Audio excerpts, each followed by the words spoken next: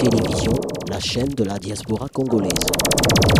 Bandeko balandi ya radio EDTV lokola toyebisaki bino chaque minute chaque heure tokobanda komeka kopesa bino situation nini ezali koleka kuna na kati ya mboka Kinshasa. Sikoyo tozali na ndeko Eliezer oyo azali na biso en direct. Ndeko Eliezer, mbote.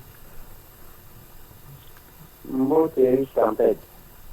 Ndeko Eliezer, eske koki koyebisa biso boni mkolo ya lelo ya le 19 ezali koleka na mboka Kinshasa? Bon, mon collègue, le 19, il faut qu'on a dit parce que d'abord, il y a eu une volonté de libérer à privé dans la diaspora d'information. Il y a un président qui n'a pas dit sur Internet, et ceux qui sont dans mais mon collègue, d'abord, avant tout comme un il faut qu'on ait passé opération, arrestation, le mandat déjà qu'on a là. Presque dans beaucoup de quartiers, parce que Baboucla, les amis au Salima, couvre-feu. Et nous, Salima, dans la province, le Kola, Moujimai, Kananga, mais les lots, Kinshasa, en dépit à campagne, le marquage, il va s'arrêter. Il y a le 19 euros pour ça le matin, lui, il fonctionnait, c'est que même dans la chaîne à Bango, parce que la chaîne à photo. Mais nous avons les images nous avons un terrain parce que nous avons une mairie, nous avons 24, tout est molar, tout le monde, tout est limité, tout le monde participe, tout le monde participe, tout le monde permanent à l'île de fête, tout le est échangeur, même super, là-bas, tout le monde bon, voilà. Donc, c'est pour ça qu'il y a une nous avons les images à la foule de tout ce qui est passé aujourd'hui. On est dans la dommage que Bandeko Poto va pouvoir en côté. Jusque-là, on doit peut-être en retard. Mais sinon, on a une carte à la donc, les pensions de la vie commune, parce qu'il y avait des militaires partout. Bazali, pour que ils soient Bandaku.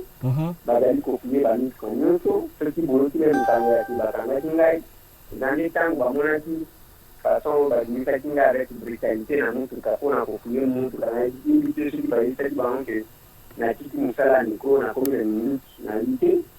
Alors tension d'aliwana surtout dans la courage en soit au matin parce que présent à militaire il faut qu'on garde un militaire en peut-être mon contrôle internet c'est continuer la cabine ou encore la chaîne internationale mon contrôle streaming.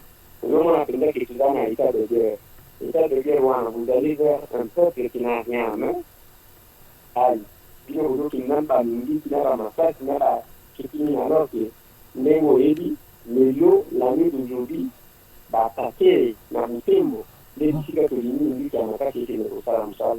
Donc, ce que j'ai constaté, c'est qu'aucun leader qui a donné un mot d'ordre, la population, mais tout ce qui est fait là, ça s'est fait automatiquement parce que le peuple a sa position. On a dit non, comme toujours, que c'est la dans la position à Bango, mais le peuple a une position contraire que ma campagne se trouve. Donc, la vie était paralysée totalement. Le pouvoir a essayé d'imposer à la fonctionnaire qui nous fait ça va profiter, alors que nous, va faire ça 3 cartons à Soso, dans 3 cartons à Soso, on a 140 personnes. Donc, alors, on a métier de ça, imposer dans la responsable de la supermarché, c'est pas pour la femme battre par le problème, comme ça va avoir la position. C'est ainsi que ce qui est supermarché va pour nous, monsieur va gagner à la 18h, monsieur va gagner à la 20h, donc la vie est paralysée. La barrière est là partout. On me dit qu'on m'a montré systématiquement. Et puis, il faut que le monde a trouvé parce que si barrière n'a pas mon comment on peut appuyer, voilà encore ce qui est à la base, il y a un bouteillage, ma tâche, bona nyonso wana na bisika nyonso oyo tamboli peuple oyo zali kokutana na bango bazali koloba nini pona mokolo ya le 20. Bien que va passer par un mot d'ordre. Oui.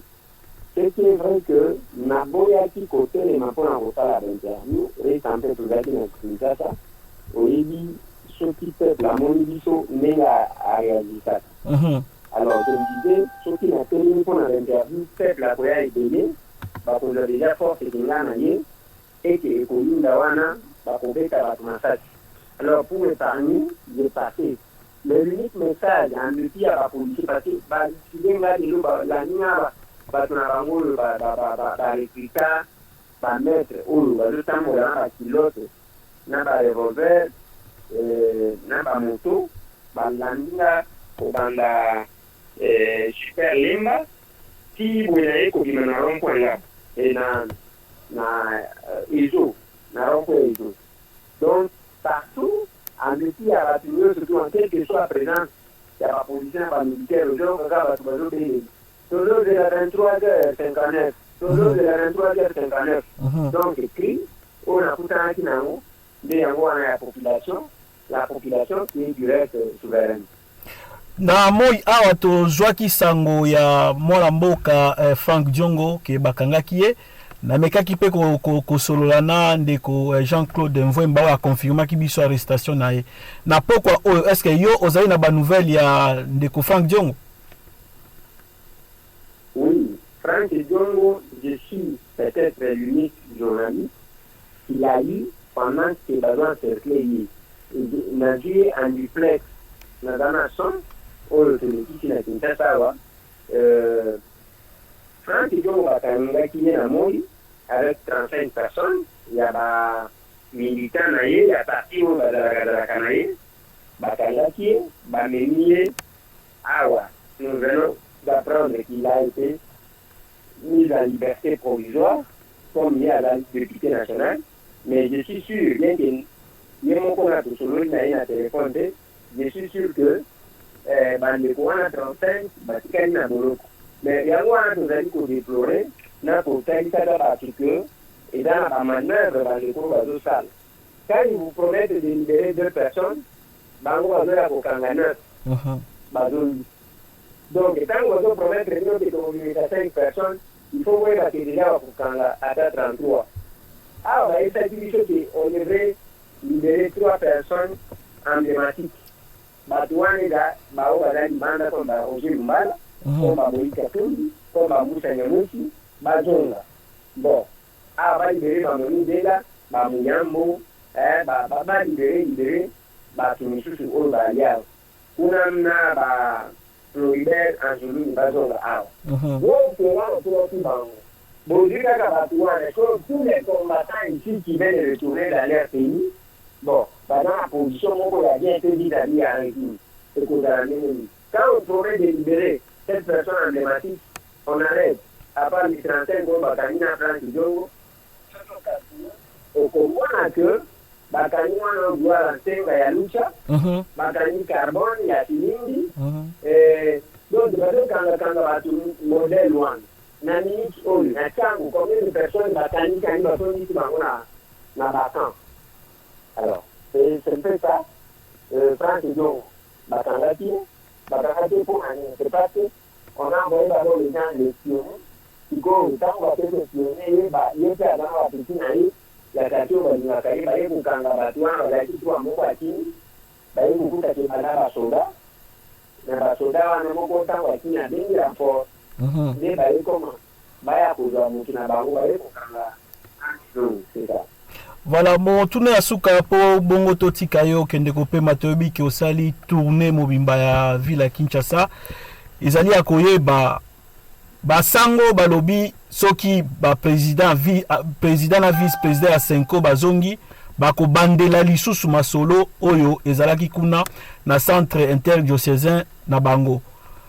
Population est-ce que mbala oyo akondima lisusu bakende kosangana pona kosolola pe bak solola nini lisusu oyo bakosolola po mandat ya ndeko Joseph Kabila ezali kosila awa na quelques minutes. Oui, moi mboka ali sampe. Kosolola même temps bakende tu en population ezali na bango. Wale zama kwa ba politicien wa dosala. La population azala makambo na ye. Même temps bango bazalaki wana. Bazali ko travailler sous pression. au Kolanga, ceux qui va trouver l'Internet, dommage qu'on n'avait plus droit à d'informations à Kinshasa. Au Kolanga, Moussa, dit ce que ça dit au Bandeko Kinshasa, au Zolan. Au dit Bandeko à Goma, la petite c'est ça, n'a pas de Bakandikouna, au dit Baton Moujiman, quelqu'un de la société civile qui a préféré l'anonymat. Alors lui-même, pour préférer un bataille en Moujiman, et dans les bassodas, au côté de la Kabatou, baboto biloko bakuti bangai bakani bameli babona boloko tozi mutu na kalanga tolongo tozi mutu na bandindi tout ça eza mpona kopesa batempérature na katanga tozi régulière to wakumona donc kopesa batempérature de la vie biso tozaka bajournaliste ya kinshasa yango moko te eza kosalisa bato mais na minute oyo na dialogue yango nde bato bazotuna mpona nini Tshisekedi alobaki ke akoloba avant le 18 alobi te mais Tshisekedi eloko wana ya dialogue c'est l'imposition du puissant nde baimpose bango et Tshisekedi bataki piège pour que soki alobi ete baya koloba ke non voilà c'est lui qui ne veut pas la paix ye alingi bato bakufa nshimikibite ti mais la population aza na position na ye lelo soki okei na résidence ya Tshisekedi batie babariere nyengo eleli wana te pembeni baekarte babariere baéloigne babariere batiele yango na se ya mai kuna mpona bana mondele bamata bonte donc batie te mwa mosika mosusu batie kota bondeko ainsi de suite donc population ye aza kuna te population nde moto abendi population nde moto apesaka pouvoir moto azwaka pouvoir ye wana mais mabe sikoyo eza ya nini population oyo mpe azalaka ndako moko te makanisi na bango oyo ekolela biso na butu awa nga na yo toyebi te parce qu'il n'y a pas une organisation fixe oyo moto akoloba na yo ke bon il se organise à tel endroit mais la population elle est souveraine aza kuna oyo akose prendre biso nango nga na yo toyebi te. Voilà. Ndeko Eliezer liloba nini ya espoir oyo soki ezali okoki kopesa na banyonso bazali kolanda biso na ngonga oyo na nzela ya radio EDTV?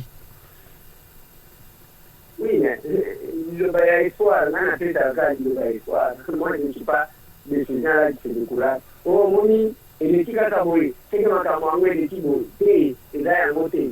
D'abord bato ebele bazali kosala une équipe erronée bazolakisa bato date ya le 19 comme date ya meeting oyo Tshisekedi peut-être aza na meeting bakoampese paki muta oyo eza ya marche soki baboye paki muta bato bakomarche te date ya le 19 eza date lokola ya rentrée scolaire eza classe ebandi eza classe ebandi oyo ya matoi koyoka yoka parce que soki balobi rentrée scolaire awa epa na biso kuna epa na bino na poto nga na yebi te awa epa na biso soki balobi rentrée scolaire eza le 5 okomona mpe bana baye 10 na ekole mobimba bametie mosusu balakisi mosusu bakatante eza koloba te delobi bakoya te eza koloba te que semaine prochaine ça sera la même ambiance okokuta ekole wana etondi donc eza déclenchement d'un processus ya que institution de la République ekomi fin mandat alors baza lisusu na l'égalité à mon côté, il fallait que mon corps pouvoir naïe le peuple a récupéré pouvoir naïe. Mais c'est que les gens ne savent pas se poser comme des questions. Bon, admettons,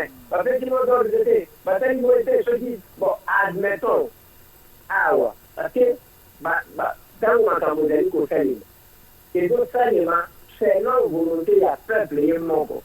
Mais dans la contre, on doit vendre la vie de tous. Allez, mais nous avons fait alors que nous avons fait la famille à aider. Nous avons pu mater. Situation est demandée les lots. On dit mater à l'eau de la à 2 minutes. Ça la difficulté à faire une angle, nous ça la livre. D'un côté, nous avons fait la photo. Oh, nous devons avoir un candidat, nous devons aider de l'autre côté, et là même, les journalistes, ça va être un bandage. Oh, moto boni l'intérêt gagné parce qu'on doit aussi vous informer que aussi on a signal à CCTV. Signal à CCTV et là il y a Jean-Pierre Bemba. Il y a une grande émission de Kakayachot présentée par Tel Kabongo. Alors, Tel Kabongo, tant qu'on a annoncé que Milo, Tchot spécial à Koyamba et les assemblées, Maïk Mchebaï, Daniel Safuna Fidel Moussango, Baloniwa Natokus. Dans moko signal qui avant que l'émission est salée. Donc vous voyez à quel niveau Batumazo Banga et puis dans quel état vous allez pour fonctionner. Donc voilà. Pour ça, nous sommes toujours parce que les gens sont là. Congolais va faire de l'espoir. Mboka na bango qui est fika moko te. Soki ekenda fika moko oyo bisika ekenda kosanza yango. Voilà, oyo bisika mboka ekenda akosanza yango ndeko Eliezer auti koloba lisusu eloko oyo ngai vraiment na retenir. Ezali bongo lokola rentrée scolaire elingi koloba te mwana oyo aye classe te nde aboyi kozonga classe. Akoki koya après 2-3 jours, une semaine, voire même bamususu bakotaka na retard, il y a 1 mois. Donc to komi na bandeli ya processus moko, Kabila aza fin mandat, aza susu na légitimité te, aza susu na légalité te, peuple congolais esika nyonso azali ayeba ko telema pona ko revendiquer oyo ezali bongo droit na ye. Bino moko bomoni bino moko boyoki ndenge nini ndeko Eliezer uti koloba awa ba arrestation zo continuer, ba uti ko kata su ba signal ya ba chaîne na ba télévision. Nyonso tu oyo décrispation yango bazali koloba yango wana bopesa yano bisika bozali. OD Télévision, la chaîne de la diaspora congolaise.